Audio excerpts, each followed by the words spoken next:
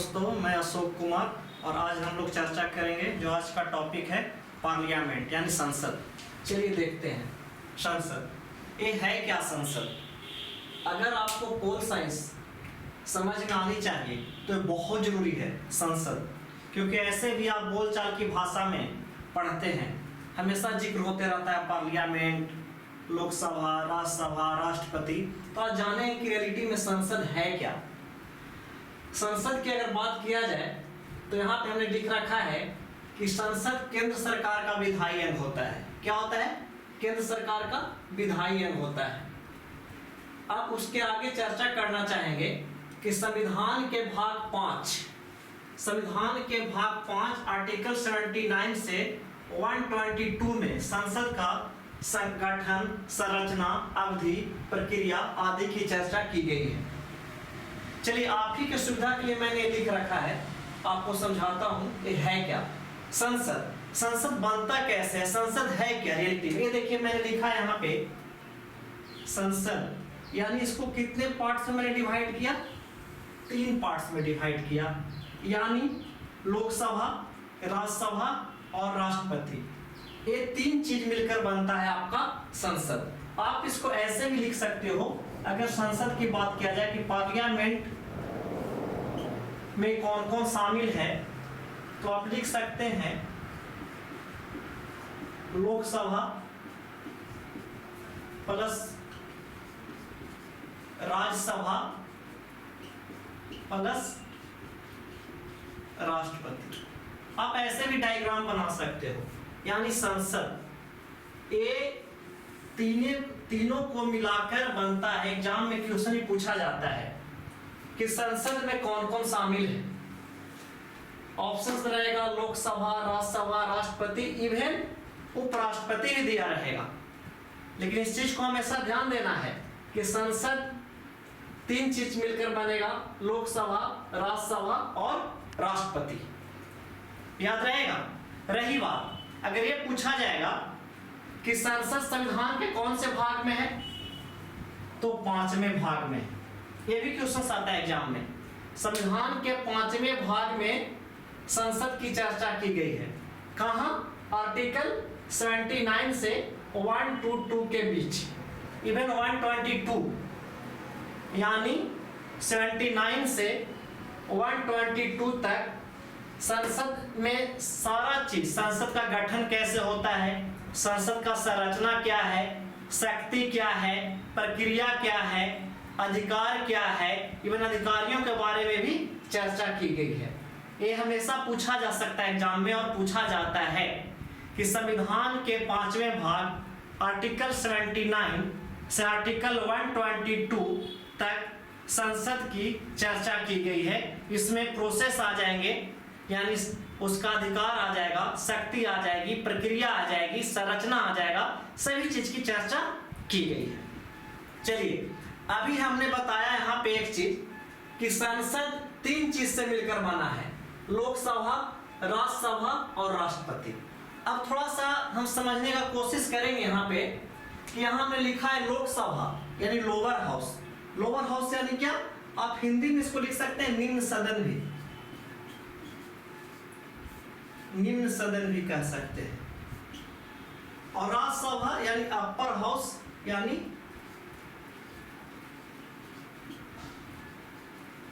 उच्च सदन भी कहा जाता है। लेकिन यहां पे याद रखना है कि लोकसभा क्या है और राज्यसभा क्या है, इसके बारे में डिटेल से हम चर्चा करना चाहेंगे। अगर लोकसभा की यहां पे बात होगी तो हमेशा याद रखना है, पहले यहां से शुरुआत करते हैं कि लोकसभा में सीटों की अधिकतम संख्या कितनी होती है। देखिए अगर लोकसभा के अगर मैक्सिमम की बात किया जाए, मैक्सिमम तो 550 से 552 सीटें, इतना सीट होता है किसका? लोकसभा का। ये मैक्सिमम है। लेकिन अगर वर्तमान में की कहा जाए तो कितना सीट है?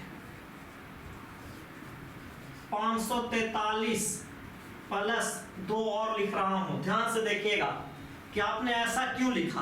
आप पूछिए 543 प्लस 2, दो जो है यहां पे एंग्लो इंडियन है, एंग्लो इंडियन है, यानी वर्तमान में कितना सीटें हैं 543। जो 543 जो है ये क्या है, जनता द्वारा निर्वाचित है।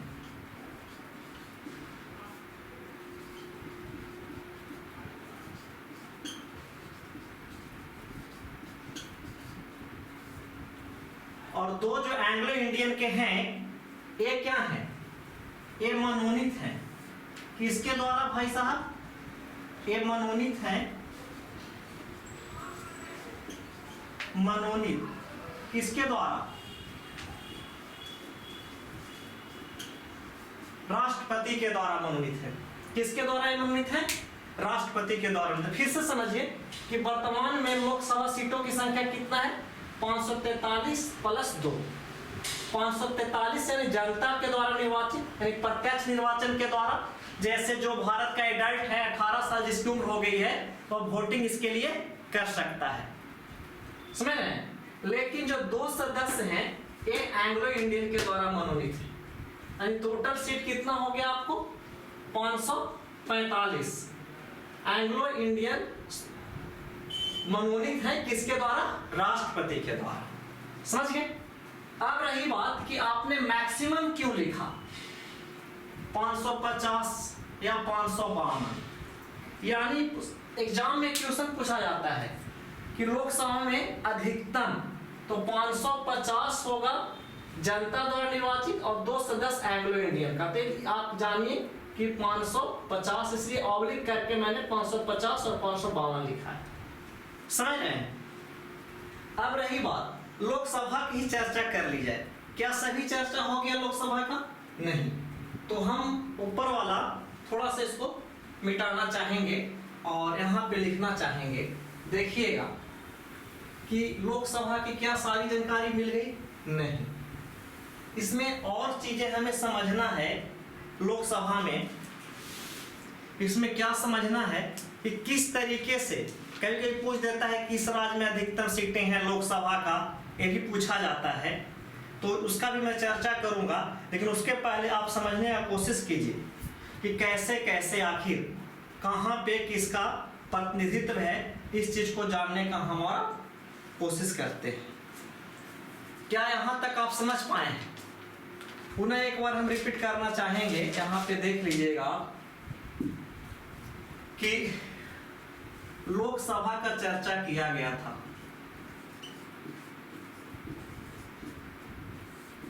तो यहाँ पे सीटें बचाई गई थी, लेकिन एक चीज और समझिए कि लोकसभा का जो 530 सीट है ये कहां से आता है, ये राज्य के द्वारा चुने जाते हैं, यानी स्टेट के तहत आते हैं। और 20 सीट जो है ये कहां से, केंद्र शासित प्रदेश,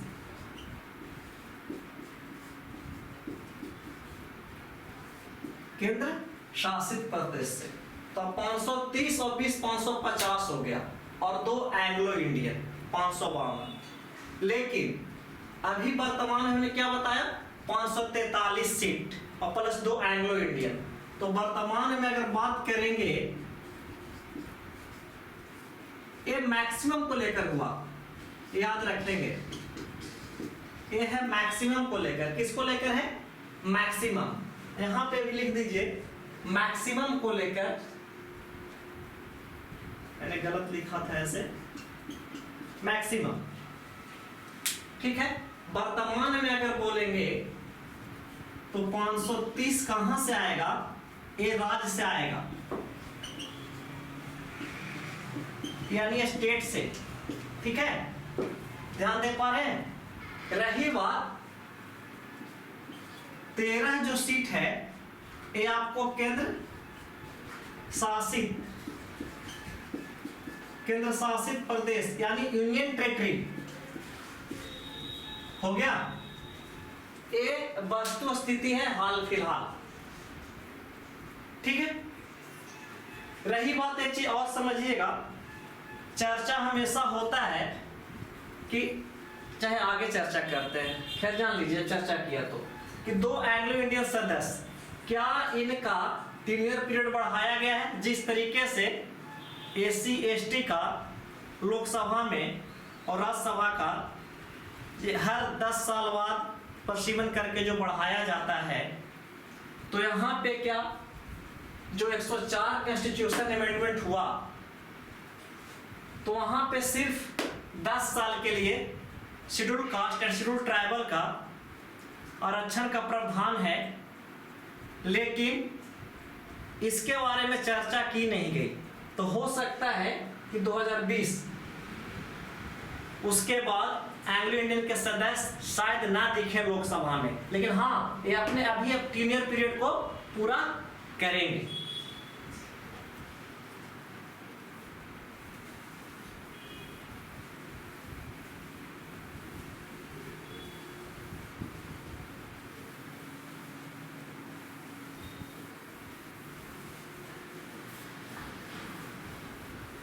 अच्छा, लोकसभा की चर्चा करें, थोड़ा सा और जान लिया जाए।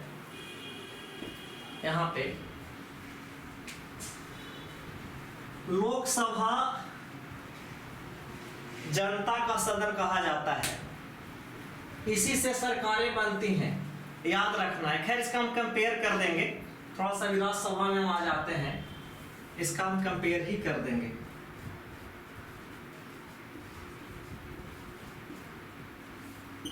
राज्यसभा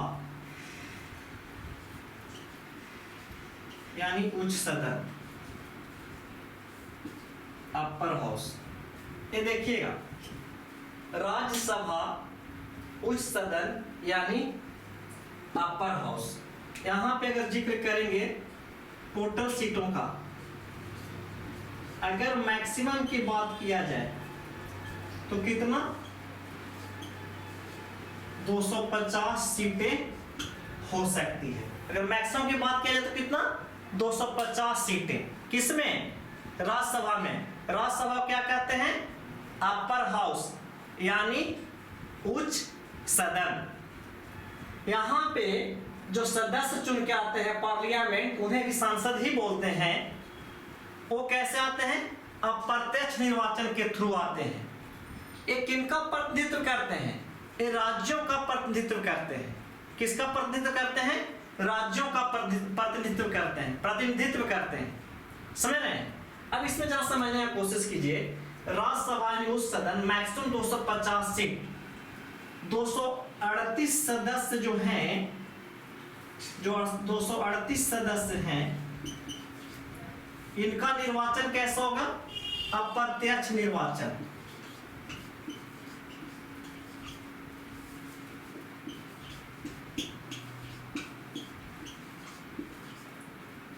अप्रत्यक्ष निर्वाचन के जरिए 238 सदस्य चुने जाएंगे, जबकि 12 सदस्य चुने न जाकर ये मनोनीत होंगे। मनोनीत कौन करेगा? ये मनोनीत होंगे, लिखते हैं मनोनीत। और मनोनीत होगा ये राष्ट्रपति के द्वारा। किसके द्वारा? राष्ट्रपति के द्वारा। ये मैक्सिमम की चर्चा चल रही है। 238 सदस्य, अप्रत्यक्ष निर्वाचन। अब अप्रत्यक्ष निर्वाचन से क्या समझते हैं? अप्रत्यक्ष निर्वाचन कहने का मतलब याद कीजिए, इनके लिए वोटिंग वे लोग करेंगे जिनके लिए वोटिंग हम लोगों ने किया है, सांसद बनाया, अपना प्रतिनिधि बनाया। हमारे प्रतिनिधि वोटिंग करेंगे, समझ रहे हैं? हमारे प्रतिनिधि वोटिंग करेंगे, उसके लिए वोटिंग करेंगे हमारे प्रतिनिधि। यानी स्टेट बाय स्टेट होता है, तो विधानसभा से जो निर्वाचित विधायक हैं, इनके लिए वोटिंग करेंगे अप्रत्यक्ष निर्वाचन के तहत। ये होता कैसे है? एकल संकरणीय मत प्रणाली। उसके पहले भी है समानुपातिक प्रणाली, यानी उसको बोलते हैं प्रोपोर्शनल तरीके से इनका क्या होता है? चयन होता है, समानुपातिक।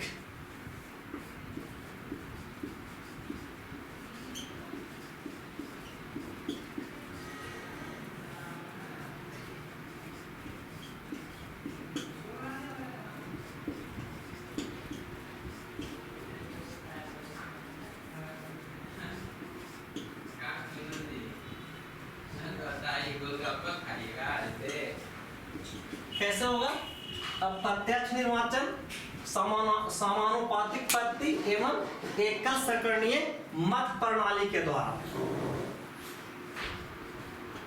इसे भी चर्चा करेंगे, आपको बताएंगे, अभी इतना समझिए आप। तो है क्या, उसकी चर्चा में डिटेल में करूंगा कि समानुपातिक पद्धति एवं एकल संकरणीय मत प्रणाली होता क्या है, ठीक है। लेकिन पहले इतना समझिए, लेकिन ये मैक्सिमम की बात की जा रही है। और मनोनीत 12 सदस्य किसके द्वारा? राष्ट्रपति के द्वारा। तो राष्ट्रपति कौन से सदस्य को चुनते हैं?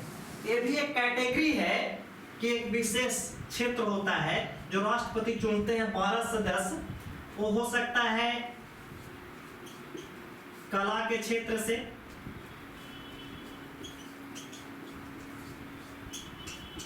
साहित्य के क्षेत्र से,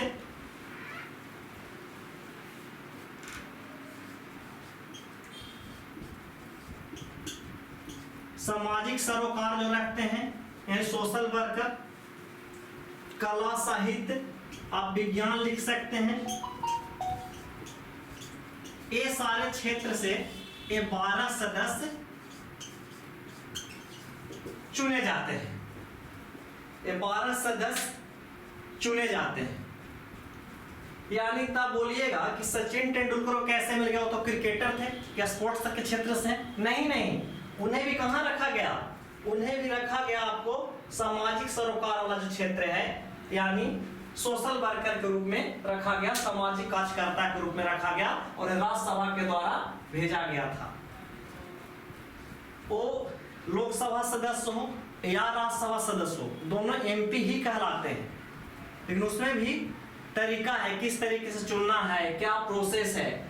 अब रही बात वर्तमान की, हम चर्चा कर ले, थोड़ा यहाँ पे चर्चा कर ले रहे हैं कि आपको दिखेगा वर्तमान में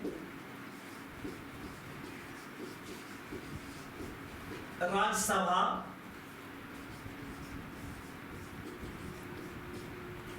सदस्यों की संख्या कहा जाए, वो तो मैक्सिमम बता रहा था, कितना होगा? 233 प्लस 12। ये क्यों लिखा समझिएगा, 233 प्लस 12 मैंने क्यों लिखा समझिए। इसलिए लिखा है कि जो 233 सदस्य होंगे, पुनः याद रखिए, ए अप्रत्यक्ष निर्वाचन के द्वारा चुने जाएंगे। किसके द्वारा? अप्रत्यक्ष निर्वाचन के द्वारा 233 सदस्य। वही है समानुपातिक पद्धति एवं एकल संकरणीय मत प्रणाली के तहत। लेकिन जो 12 सदस्य हैं, इनकी जो बात कर रहे हैं, ये राष्ट्रपति मनोनीत करेंगे, राष्ट्रपति मनोनीत करेंगे। लेकिन एक चीज भूल गए कि राष्ट्रपति मनोनीत करेंगे तो क्या अपने मन से कर देंगे? इस चीज को याद रखिएगा। राष्ट्रपति मनोनीत जरूर करेंगे, लेकिन कहीं ना कहीं ये मैसेज किनका होगा, किनके आदेशानुसार होगा? प्रधानमंत्री के आदेशानुसार होगा। राष्ट्रपति मनोनीत जरूर करेंगे, लेकिन यहाँ पे प्रधानमंत्री इनडायरेक्ट वे में कहीं ना कहीं उनको मैसेज देंगे, तब 12 सदस्य जो होंगे चुने जाएंगे। तो कितना हो गया? 233 प्लस 12, 245 सदस्य यह हो गए। यहां तक कोई दिक्कत नहीं? दिक्कत तो थोड़ा सा और देख लिया जाए। लोकसभा हो गया, राज्यसभा हो गया, सीटें हो गई। अब इसमें थोड़ा सा और समझने की कोशिश कीजिएगा कि यहाँ पे एक चीज चर्चा करेंगे, उसके बाद हम आगे चलते हैं। थोड़ा देखिएगा, क्योंकि एग्जाम में क्वेश्चन आता है कि लोकसभा में 543 सीटें प्रत्यक्ष निर्वाचन के द्वारा तो है, लेकिन इसमें एससी एसटी के लिए कितना सीटें हैं यह भी जानना जरूरी है। आरक्षण का प्रावधान है, किसे मिलता है? अगर देखा जाए तो लोकसभा का जो प्रत्यक्ष चुनाव है, रिजर्वेशन है या विधानसभा है, तो जो शेड्यूल कास्ट हैं और जो शेड्यूल ट्राइबल से आते हैं एसटी, उन लोगों को आरक्षण मिलता है। कितना सीटों पे? थोड़ा सा यहाँ ही ऐड कर देते हैं हम, ध्यान दीजिएगा, थोड़ा सा लिख लेंगे। एससी के लिए 84 सीट, ये क्या है, रिजर्व्ड है। कितना है, जबकि एसटी के लिए कितना सीट रिजर्व है, बताइए। किसी को पता है तो बताया जाए कि एसटी के लिए कितना सीट रिजर्व है। तो एसटी के लिए 47 सीट रिजर्व। ये समझिए, अभी लोकसभा और राज्यसभा चलेगा, अंतर में बताऊंगा कि दोनों में अंतर क्या है। अभी आप मोटा मोटी समझने की कोशिश कीजिए कि लोकसभा क्या है, राज्यसभा है क्या, कितना सीट है। पहले ये समझाने की कोशिश मैं कर रहा हूं, इस चीज को आप समझने की कोशिश करेंगे, उसके बाद हम आगे चलेंगे। कोई दिक्कत यहाँ पे किसी को नहीं। अब यहाँ पे थोड़ा चर्चा कर लेते हैं। एक चीज और ध्यान में रख लीजिएगा, ये नोट करके ही लिख सकते हैं। केंद्र शासित प्रदेश में सिर्फ और सिर्फ कहां से सांसद चुने जाते हैं, तो एक हो गया दिल्ली,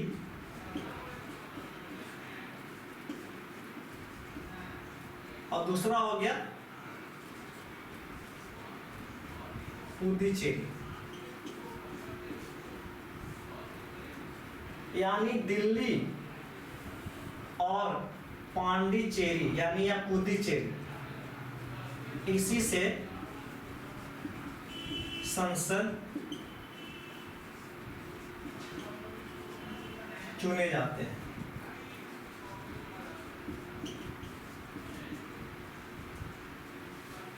ये किस चीज की चर्चा हो रही है?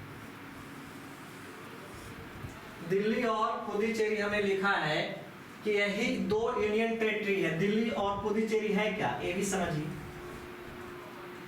शॉर्ट में मैं लिख दे रहा हूं यूटी, यानी यूनियन टेरिटरी है। यहां से ही संसद चुने जाते हैं, दो ही स्टेट। लेकिन आप थोड़ा ध्यान देंगे कि जैसे ही यूनियन टेरिटरी बनाया गया, जम्मू कश्मीर को दो भाग में बांट दिया गया, तो क्या वहां से उस केंद्र शासित प्रदेश से क्या संसद सदस्य चुने जाएंगे? बिल्कुल चुने जाएंगे। तो उस चीज को भी याद रखने की आवश्यकता है। पहले था दिल्ली और पुडुचेरी। चलिए अब थोड़ा सा आगे देखते हैं। आप यहां तक नोट कर सकते हैं, आप जूम करके भी देख सकते हैं, पुनः आप पीछे जाकर देख सकते हैं। ना समझ में आई पुनः आप कॉल पूछ सकते हैं। चलिए यहां पे देखते हैं। यहां पे मैं मिटाता हूं।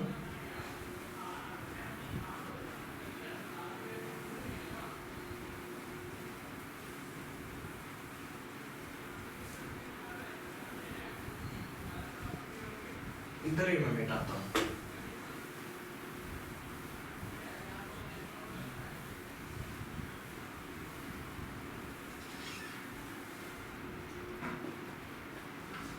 यहां पे समझिए,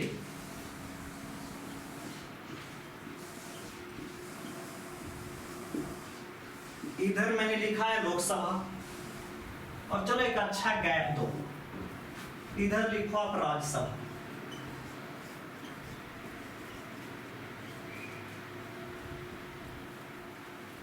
कोई दिक्कत नहीं। अब लोकसभा और राज्यसभा में अंतर क्या है? सबसे पहले तो इंग्लिश में आप समझ लीजिए, इसे लोअर हाउस बोला जाता है, इसे बोला जाता है अपर हाउस।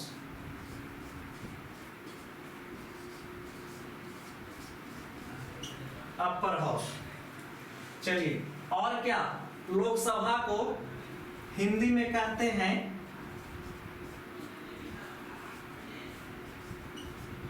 निम्न सदन, और इसे क्या बोलते हैं?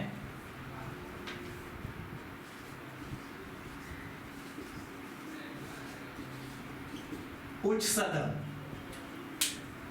लोकसभा को निम्न सदन, राज्यसभा को उच्च सदन। चलिए ये आप समझ रहे हैं। इसे आप प्रथम सदन के नाम से भी जानते हैं। चलिए ये भी कहो, तो इसे आप द्वितीय सदन कह दो।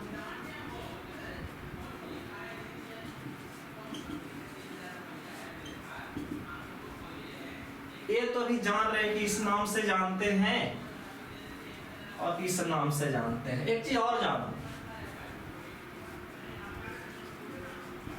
इसे जनता का सदन कहा जाता है और अमूनन विद्वानों का सदन कहा जाता है। हम यह नहीं कह रहे कि यहाँ पे स्कॉलर नहीं है, लेकिन अमूनन इसे विद्वानों का सदन कहा जाता है। रही बात, एक चीज याद रखिए कि लोकसभा का क्या होता है, लोकसभा सदस्यों का प्रत्यक्ष निर्वाचन होता है। क्या होता है? प्रत्यक्ष निर्वाचन होता है, जबकि इनका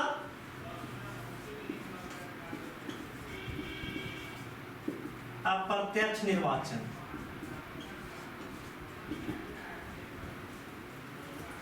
लोकसभा सदस्यों का प्रत्यक्ष निर्वाचन। चलिए आपको पोस्ट में लिख ही देता है।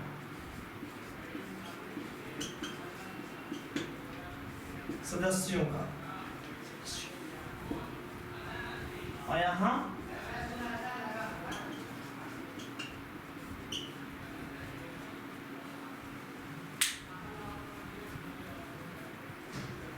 पर वोटिंग देने के लिए कौन, जिनकी उम्र 18 वर्ष हो गई है और मतदाता सूची में नाम है, वो लोकसभा सदस्य के लिए वोटिंग कर सकते हैं। लेकिन यहाँ पे कौन वोटिंग करेंगे? जिसे हम चुनकर भेजे हैं, हमारे प्रतिनिधि वोटिंग करेंगे। और ये स्टेट बाय स्टेट होता है वोटिंग। माना कि बिहार में राज्यसभा सीटों की संख्या 16 है, तो यह 16 सीटों के लिए वोटिंग किया जाएगा। 243 जो विधानसभा सदस्य हैं वह वोटिंग करेंगे इनके लिए। चलिए, लोकसभा सदस्य के लिए उम्र कितना होना चाहिए?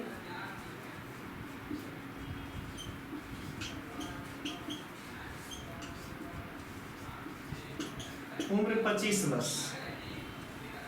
और यहाँ पे क्या उम्र होना चाहिए? 30 वर्ष होना चाहिए। और याद रखिए, भारत का नागरिक तो होंगे ही होंगे। भारत का नागरिक लोकसभा सदस्य के लिए भी और राज्यसभा सदस्य के लिए, कि भारत का नागरिक होना चाहिए। दूसरी चीज, लोकसभा सदस्य या राज्यसभा सदस्य वही हो सकता है जो पागल या दिवालिया ना हो, उस पे हेनियस क्राइम यानी जघन अपराध साबित ना हुआ हो। समझ गए?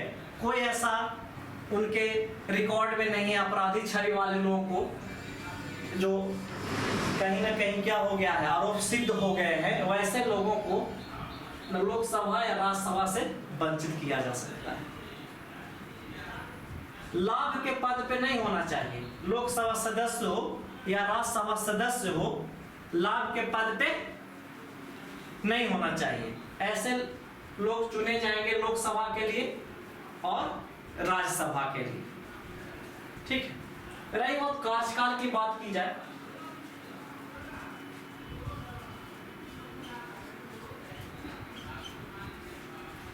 कार्यकाल इनका 5 वर्ष होगा। तो इनका कार्यकाल कितना होगा?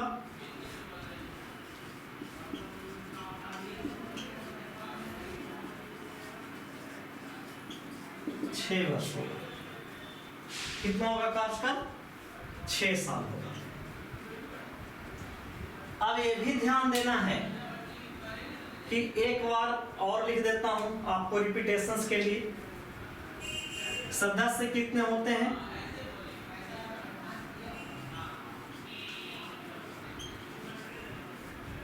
वर्तमान का ही लिखते हैं।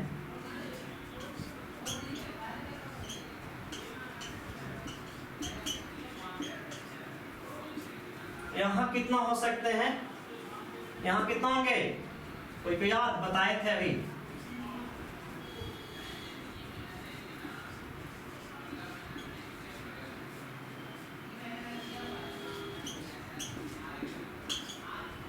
+12 233 किससे? अप्रत्यक्ष निर्वाचन, और 12 राष्ट्रपति के द्वारा मनोनीत।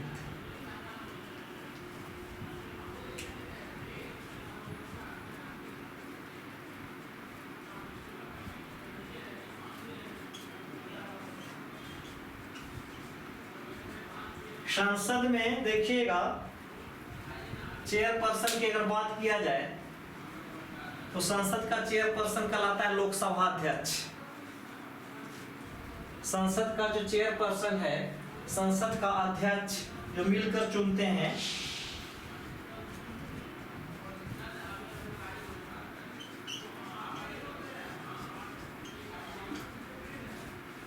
लोकसभा अध्यक्ष, ये चेयरपर्सन है, लोकसभा अध्यक्ष कहा जाएगा। वो क्या कहा जाएगा? लोकसभा अध्यक्ष। चुने किनके द्वारा जाएंगे? ये जो मेंबर ऑफ पार्लियामेंट यानी संसद 543 सदस्य हैं, उनके द्वारा ये चुने जाएंगे। जबकि यहाँ पे राज्यसभा में जस्ट उल्टा होता है। राज्यसभा का क्या कहलाता है? सभापति। राज्यसभा का सभापति क्या कहलाएगा?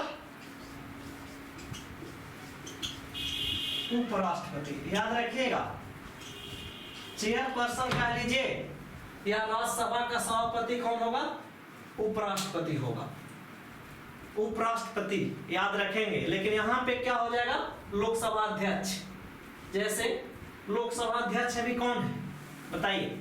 लोकसभा अध्यक्ष की अगर बात करेंगे तो ओम बिरला है लोकसभा अध्यक्ष।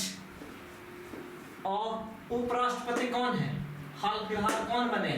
जो वेस्ट बंगाल के जो राज्यपाल थे, कोई बताएंगे?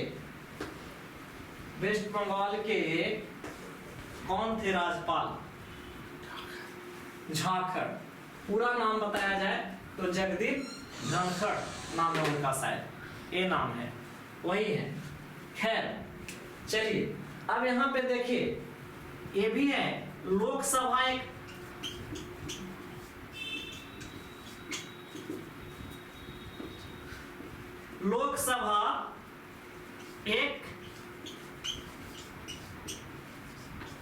अस्थायी सदन है। ये क्यों लिखा हमने?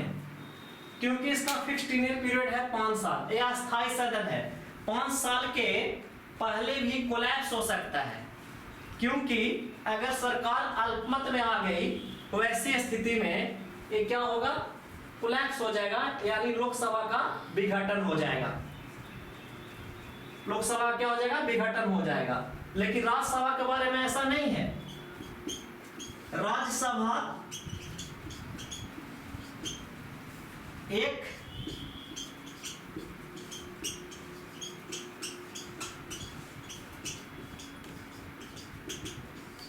अस्थायी सदन है। राज्यसभा क्या है? एक अस्थायी सदन है। याद रखिएगा। तो अब आपको इंटरेस्ट होगा कि 6 साल के टेन्योर पीरियड होता था, अस्थायी कैसे रह गया? इसमें तरीका है कि प्रत्येक 2 वर्ष के बाद राज्यसभा का 1/3 सदस्य क्या होता है? 1/3 सदस्य क्या होगा? वहां से अपना रिजिग्नेशन देंगे, यानी इस्तीफा देंगे वो, और उतना ही 1/3 सदस्य वहां पे नए आ जाएंगे, चुने जाएंगे। जबकि इसमें ऐसा नहीं है भैया। इसमें चुनाव होता है, देखते हैं देश में हर 5 साल बाद। अगर सरकार बीच में गिर गई तो पहले भी हो सकता है। तो इतना डिफरेंसेस आप देख रहे हैं। एक चीज और, लोकसभा में बहुमत दल के नेता अधिकांशतः प्रधानमंत्री होता है। देखिए एक शब्द यूज कर रहे हैं, लोकसभा में अधिकांशतः बहुमत दल का नेता प्रधानमंत्री होता है। जैसे प्रधानमंत्री मोदी, नरेंद्र मोदी, ये वाराणसी लोकसभा सीट से चुनकर आए हैं। लेकिन आपके दिमाग में क्वेश्चन और आएगा कि मनमोहन सिंह तो राज्यसभा सदस्य थे। हाँ, मैं मानता हूं, लेकिन हमने क्या क्यों लगाया अधिकांशतः? अभी तक जितने प्रधानमंत्री हुए हैं, इंदिरा गांधी राज्यसभा से आई थी, लेकिन 6 माह बाद उन्होंने लोकसभा की सदस्यता ग्रहण कर ली थी। इसलिए मैं कह रहा हूं अधिकांशतः जैसे शब्द यूज कर रहा हूं कि लोकसभा में बहुमत दल का नेता प्रधानमंत्री होता है। ऐसा नहीं है कि राज्यसभा सदस्य नहीं बन सकता है प्रधानमंत्री, वो भी बन सकता है। वह तो छोड़ दीजिए, लोकसभा सदस्य या राज्यसभा सदस्य न भी होगा, वो भी देश का प्रधानमंत्री बन सकता है, बशर्ते 6 माह के अंतर्गत उन्हें लोकसभा सदस्य या राज्यसभा सदस्य की सदस्यता लेनी होगी। समझ गए? इस चीज को याद रखिएगा। तो यहां लिखा जा सकता है कि लोकसभा में बहुमत दल का नेता प्रधानमंत्री होता है। ये भी अगर लिखा हुआ है तो ये भी कहीं ना कहीं सही है, गलत नहीं है। और एक चीज और याद रखिएगा कि सरकारें जो बनती है, प्रधानमंत्री का जब भी अगर देखिएगा चुना जाता है तो कहां से चुना जाता है? भले वो राज्यसभा सदस्य क्यों ना हो, लेकिन वो चुना जाता है लोकसभा से ही। लोकसभा में अगर उसकी पूर्ण बहुमत होगी तभी देश का प्रधानमंत्री बनेगा। वो राज्यसभा से सरकार की गठन नहीं होती है, याद रखिएगा। इसलिए लोकसभा अधिक पावरफुल है, अधिक शक्तिशाली है। किससे? राज्यसभा से। लोकसभा अधिक पावरफुल है राज्यसभा से। वह तो छोड़ दीजिए, अगर वित्त विधेयक में पास करने की बात हो तो वित्त विधेयक लोकसभा में ही पेश होता है सबसे पहले और भेजा जाता है राज्यसभा में। 14 दिन के अंदर अगर उनकी उस पर सहमति बने तो ठीक है, नहीं तो पुनः लोकसभा के द्वारा पारित कर दिया जाएगा। अभी और चर्चा आगे करेंगे। आज के लिए इतना ही। नेक्स्ट क्लास में बहुत सारी बातें होंगी। तब तक के लिए नमस्कार दोस्तों।